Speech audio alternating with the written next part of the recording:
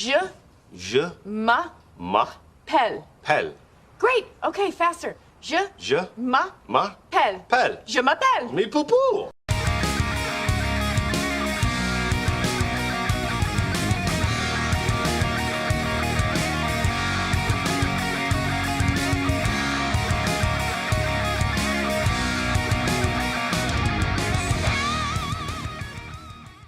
What's up everyone, David here, got a new video for y'all today. But before we get into it, if you haven't already, make sure you subscribe to the channel, hit the bell notification so you don't miss out on any new videos. Because remember, new videos on this channel every Tuesday, Thursday, and Sunday, so don't miss out.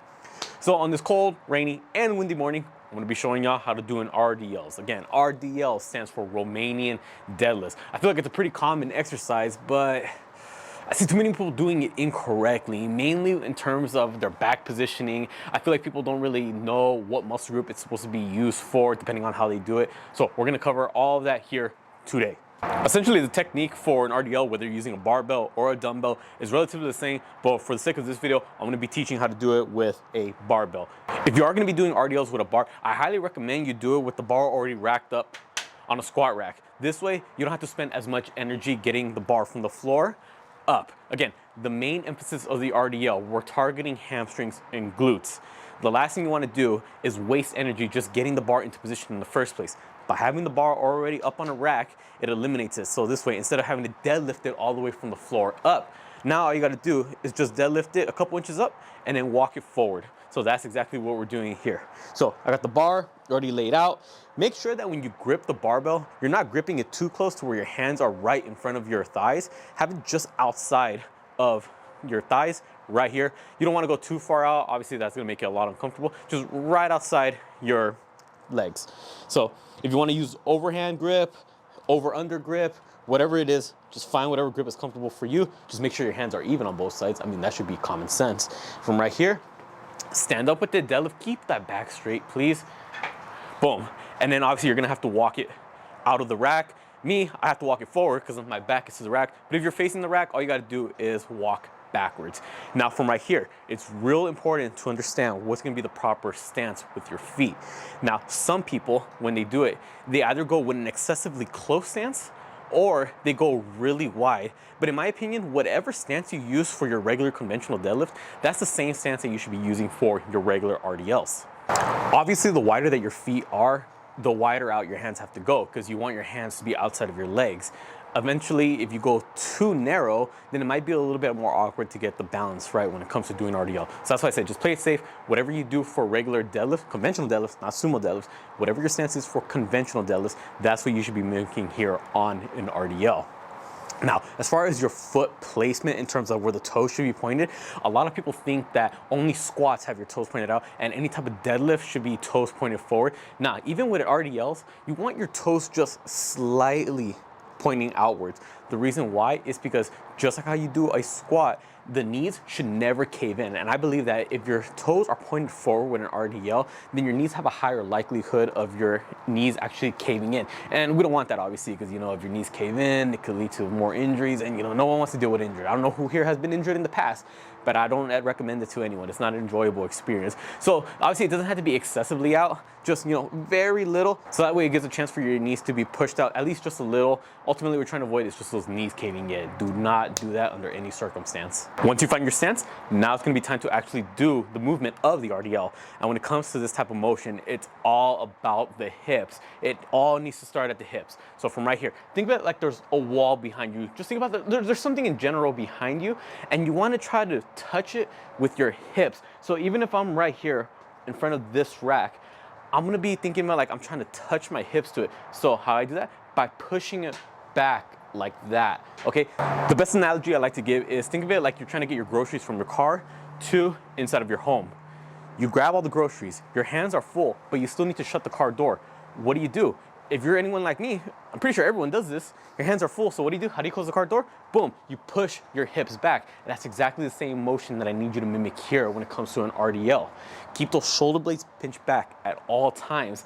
Have the bar in your hand, or dumbbells, doesn't matter which one you're using. And then same thing, think of it like you're trying to shut that car door. Boom, hips back. Now, if you have a wall behind you or a rack, like right here, then go ahead and start practicing that movement. So that way, at least you have a visual, or you can feel if you're doing it right. If you feel your hips touching, then obviously that's a good indication that you're doing it right. Because again, that is exactly what we want. We want those hips shooting back. We don't want the hips shooting down. It's not a squat. We want them going straight back. Now, when it comes to doing that, there's also other things that we have to keep mind of. Number one is gonna be our back positioning. And number two is gonna be where the bar actually is in relation to our body. So let's focus on the back real quick. Even as we're going down, we want that back to be straight the entire time.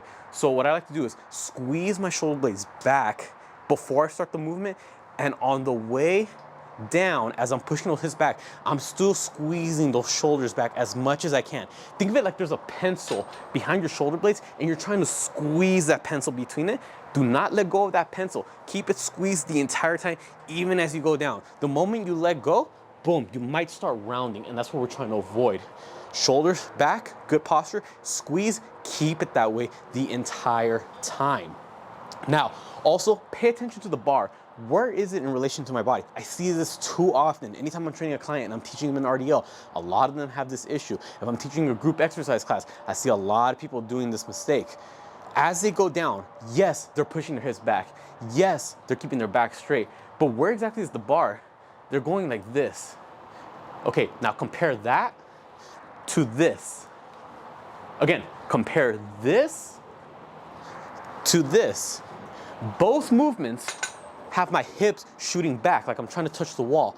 Both movements have my shoulder blades back to keep my back straight. The difference is I'm pulling the bar too far forward and it's losing contact from my body. A good cue to think about doing this RDL right is you want to drag the weight down your legs. If you're using a bar, good. As you're pushing those hips back, keeping that back straight, drag the bar down your thigh. And what you're trying to avoid is having your arms come forward. You see, at this point, there's too much separation. There's a gap right here between your hands and your legs. We don't want that. Keep it close to you at all times. As you go down low enough, again, you don't want to force any more depth. You don't want to force yourself to go any lower, because if you can do, what might happen? You might have to start compensating. Your hamstrings are not flexible enough to go all the way down. So how are you going to go lower? You might start rounding your back like this to get a couple more inches. But at that point, you're doing more harm than good. So the appropriate way to go down, a lot of people say, oh no, you should only go down to right around knee level, or you should only go low enough to right below your knee. Well, that's gonna vary from person to person. What if someone doesn't have the hamstring flexibility to actually go that low? What I personally do is I just go low enough to where I feel a good stretch behind my thighs. And again, I'm talking about a good stretch, and that's gonna be subjective to everyone. You don't wanna overly stretch it, because obviously, you know, you could tear something, but you don't wanna just go, just a little, where there's no stretch. Just get a good, nice stretch, and then boom. And then for me personally, it just so happens to be right below knee level where I feel that point, and then boom, come up. But play around with it. You should feel that stretch. That's how you know you're going low enough, and then bring it back up. Now, we already made our way down. I just said right now, then go back up. But how exactly are we bringing the weight back up? We're already here. What you want to do is just reverse motion. Push your hips forward, okay? It's not necessarily a squat where you have to think about digging your legs into the ground. Nah, what you want to think about is these hips going forward like this. Because again, that's the function of the RDL. We're using our hips, our glutes, our hamstrings. What do they allow us to do? They allow us to extend the hips. That means locking it out. So that's exactly what we're gonna be mimicking here. After you go down, boom, lock out those hips. Same thing, do not lose contact of the bar from your legs. Drag the weight back up your legs as you're pushing the hips forward. And the entire time, you never lost tightness in your back. Your shoulder blades were staying back the entire time. So that pretty much covers how to do an RDL. Again, I use the example of how to do it with a bar, but if you're doing it with dumbbells, it's essentially the same thing.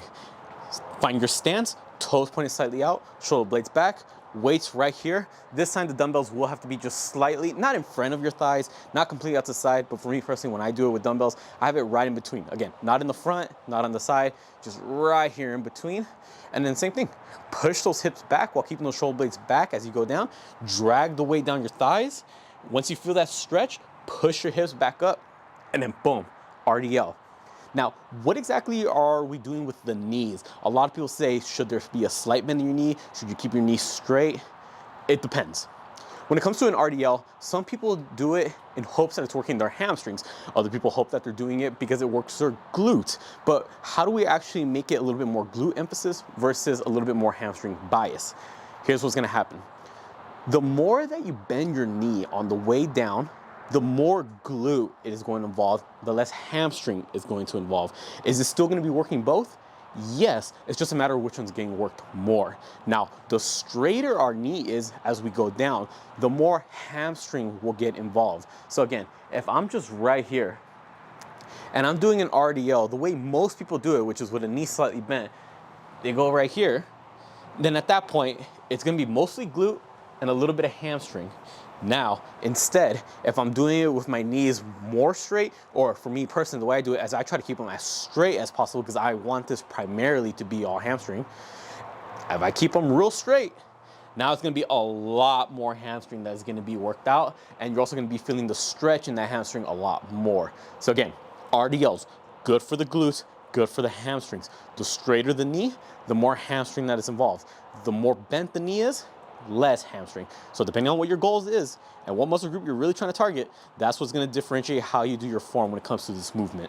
There you have it, everyone. That's just a quick rundown on how to properly perform in RDL. Again, it doesn't matter if you're doing with a barbell, dumbbells. Hell, I've even seen some people do it with a hex bar. Regardless of which one you're choosing, you just got to make sure you're doing it right. The key points to emphasize are going to be the stance. In this case, you want to be roughly the same as your deadlift stance, toes pointed just slightly outwards to avoid your knees caving in the first place, because again, no one wants that. That could lead to injury. Keeping your shoulder blades back the whole time, because that allows you to keep your back straight as you go down throughout the entire motion, not just on the way down, but on the way up. And then obviously the bar separating from your legs. You want that bar dragging and staying in contact with your thighs the entire time. You want it dragging down your legs as you go down. Feel the stretch in the back of your legs, and then boom, drag it back up as you're pushing your hips forward to stand back up straight. Just real simple. Do not overcomplicate this movement. It's a real popular exercise, but it's one of those that's really easy to mess up the form, and that's something that we're trying to avoid, because if you mess up the form, it can lead to injury, and obviously you're not gonna be seeing as much results, or at least as much results as fast as you would like. Hopefully this video was helpful. Comment down below if it was. Comment down below if you want to see more of these videos where I break down certain movements so you have a better understanding of the form. Also, comment down below any other video suggestions you'd like to see me do, whether it be about mindset, motivation, nutrition, diet, workouts, programs, whatever it is, I'd be more than happy to do so. Subscribe not just to my page, but my girlfriend's YouTube channel, our couple's YouTube channel, so you don't miss out on any new videos on this channel, specifically every Tuesday, Thursday, and Sunday, so don't miss out. And then for Instagram and TikTok, same thing. Be sure to follow me on my accounts, girlfriend's accounts, and a couple's accounts. I put all the links down in the description below. With that being said, I'll catch y'all next time.